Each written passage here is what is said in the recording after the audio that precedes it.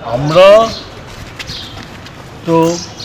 গভীর উদ্বেগের সাথে লক্ষ্য করছি যে ডাবল ইঞ্জিনই হোক আর মূল ইঞ্জিনই হোক, যে ইঞ্জিনের সরকারি হোক, গত কয়েক বছরে গোটা দেশকে সরকারি ব্যবস্থাপনায় একটা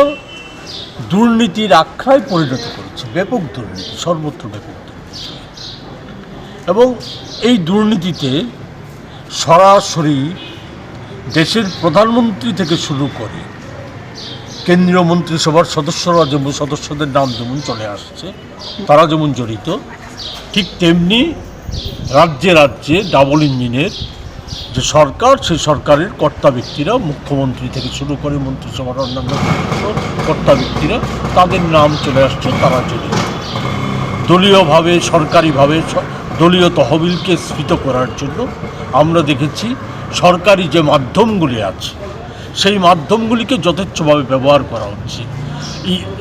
ইনকাম ট্যাক্স, ইডি, সিবিআই এগুলিকে ব্যবহার করে দলীয় তহবিল স্ফীত করার অভিযোগে ইতিমধ্যেই দেখেছেন, পত্রপত্রিকা বেরিয়ে এসেছে, আপনারাই বের করেছেন, সংবাদপত্র বের করেছে, যে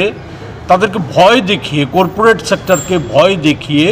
ইডি, সিবিআই, ইনকাম ট্যাক্সের ভয় দেখিয়ে সেখানে যারা যে কর্পোরেট সেক্টরগুলি বিজেপির যে নির্বাচনী তহবিল বন্ডের মাধ্যমে, যেটাকে সুপ্রিম কোর্ট বেআইনি বলে ঘোষিত করেছে, সে বন্ডে যে টাকা দিত না, তারা গত কয়েক বছরে কয়েকশো কোটি টাকা বিজেপির তহবিলে তারা দিয়েছে নির্বাচনী বন্ডের মাধ্যমে।